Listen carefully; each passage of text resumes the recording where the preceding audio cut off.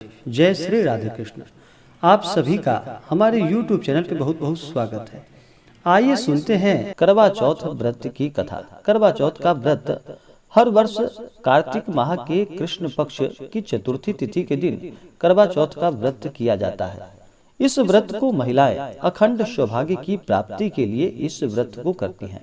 इस व्रत में दिन भर निर्जला रह करके इस व्रत को किया जाता है और शाम को चंद्रोदय होने पर चंद्रमा को अर्घ देते हुए उसके बाद फिर पति का पूजन करके पति की आरती उतार करके फिर पति के हाथों ही जल ग्रहण किया जाता है।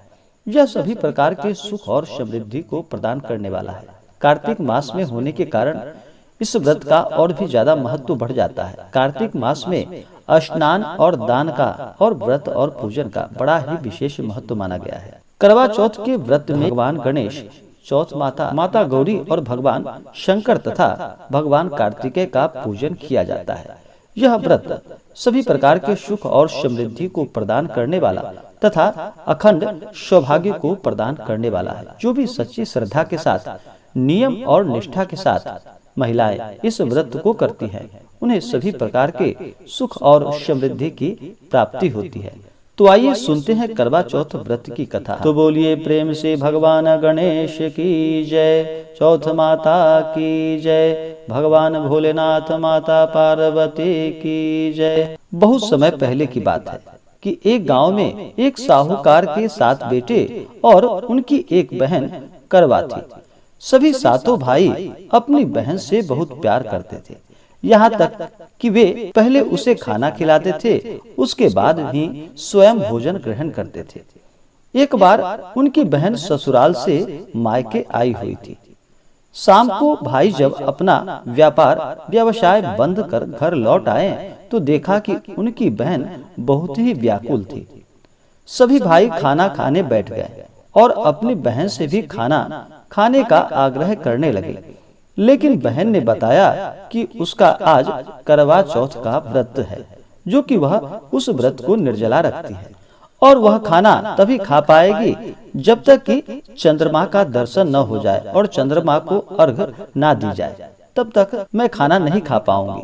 चूंकि चंद्रमा अभी तक नहीं निकला है, इसलिए वह भूख और प्यास से व्याकुल हो उठी है। सबसे छोटे भाई को अपनी बहन की हालत देखी नहीं जाती और फिर उसने दूर पीपल के पेड़ पर एक दीपक जलाकर चलनी की ओट में उसे रख देता है और दूर से देखने पर वह ऐसा प्रतीत होता है कि जैसे चतुर्थी का चांद उदित हो रहा हो। उसके बाद भाई अपनी बहन को बताता है कि चांद निकल आया है, तुम उसे अर्घ देने के बाद भोजन अब ग्रहण कर सकती हो।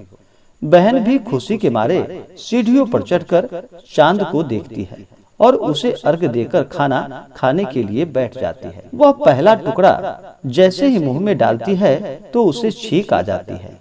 फिर दूसरा टुकड़ा डालने पर उसमें बाल निकल आते हैं और जैसे ही तीसरा टुकड़ा मुंह में डालने की कोशिश करती है तो उसके पति की मृत्यु का समाचार उसे मिलता है और फिर वह बौखला जाती है। उसकी भाभी उसे सच्चाई से अवगत कराती है कि उसके साथ ऐसा क्यों हुआ है। करवा चौथ का व्रत गलत तरीके से टूटने के कारण देवता उससे नाराज हो गए हैं और सच्चाई जानने के बाद करवा ने निश्चय किया कि वह अपने पति का अंतिम संस्कार नहीं होने देगी और अपने सतीत्व से उन्हें पुनर्जीवन दिलाकर रहेगी।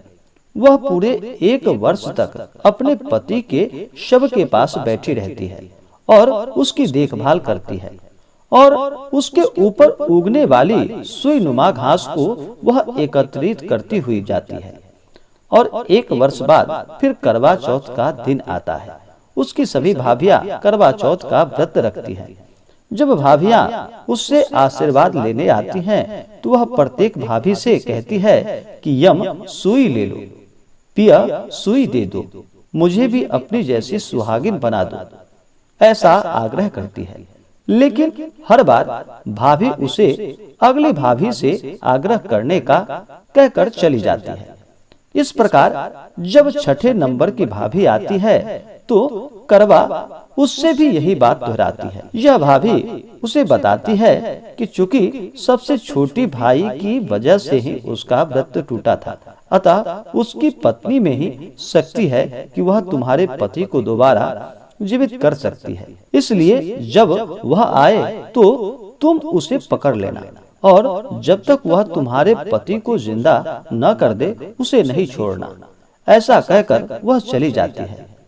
सबसे अंत में छोटी भाभी आती है। करवा उनसे भी सुहागिन बनने का आग्रह करने लगती है, लेकिन वह भाभी टाल मटोल करने लगती है। इसे देखकर करवा उन्हें जोड़ों से पकड़ लेती है और अपने सुहाग को जिंदा करने के लिए कहती है और बार बार अपने भाभी से आग्रह करती है। भाभी भी उससे छुड़ाने के लिए उसे नोचती है और खसोटती है, लेकिन करवा नहीं छोड़ती है। अंत में उसकी तपस्या को देख भाभी पसीज जाती है और अपनी छोटी उंगली को चीरकर उसमें से अमृत उसके पति के मुंह में डाल देती है। करवा का पति तुरंत जीवित हो जाता है और श्री गणेश कहता हुआ उठ बैठता है। इस प्रकार प्रभु की कृपा से उसकी छोटी भाभी के माध्यम से करवा को अपना सुहाग वापस मिल जाता है।